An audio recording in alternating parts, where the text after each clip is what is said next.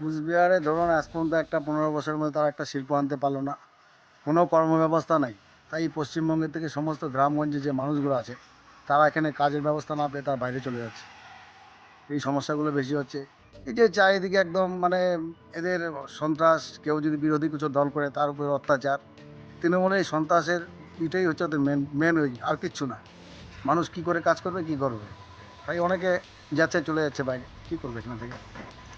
লক্ষ্মীর ভাণ্ডার পেয়েছে তাতে কোনো খুশির হাওয়া নেই। আমাদের সমস্ত সনাতনীদের এবার একটা হিন্দুদের একটা জোট হয়েছে। পশ্চিমবঙ্গে যেটা চলছে, যে বাংলাদেশের যে অবস্থা চলছে আর পশ্চিমবঙ্গে সেই রূপই নিয়েছে। আজকে গ্রামগুলোতে হিন্দুদের উপর যেরকম বরাবরিত অত্যাচার চলছে, তারা যেসব নাচানাচি করছে, কিছু কিছু বলে তারা তৃণমূলের চটি চাটাগিরি করে, তাই তারা এই 500 টাকার জন্য আনন্দ। অ্যাকচুয়ালি ভাবতে গেলে এই 500 টাকা কিচ্ছু না। আগামী দিনে আমাদের বিজেপি সরকার 3000 টাকা দিবেই তার বিধানসভায় জিতলে পরে। সুতরাং সেইটা দেখে লাভ নেই। পশ্চিমবঙ্গের ছেলেমেয়ের ভবিষ্যৎ কী হচ্ছে, পড়াশোনা কোথায় যাচ্ছে? আজকে দিন দিন একটা কারখানা আসছে না।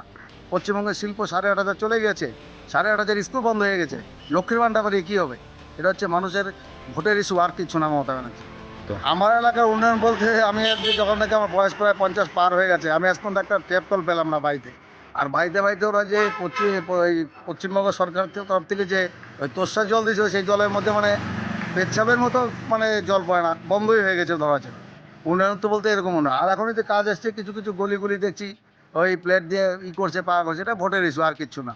এমনি উন্নয়ন বলতে সেরকম কিছু হয়নি। কী করবে তারা? কুচবিহারে কাজ পাচ্ছে না, এদের খালি ভোটের ইস্যু, ভোটের উপর সন্ত্রাস, ভোটের উপর অত্যাচার করে মানুষের উপর চলছে। যারা একটু কিছু বলছে যে তাদের উপর অত্যাচার চলছে, ভয়ে ভীতুতে হয়ে তারা চলে যাচ্ছে বাইরে। এখানে তো এরা কাজকর্ম কোথায়? মমতা তো কার কর্ম দিতে পারবে না। মমতা শুধু দিতে পারে ভোটের সন্ত্রাস, আর কিচ্ছু করতে পারে না মমতা ব্যানার্জি, তার দলের লোকের।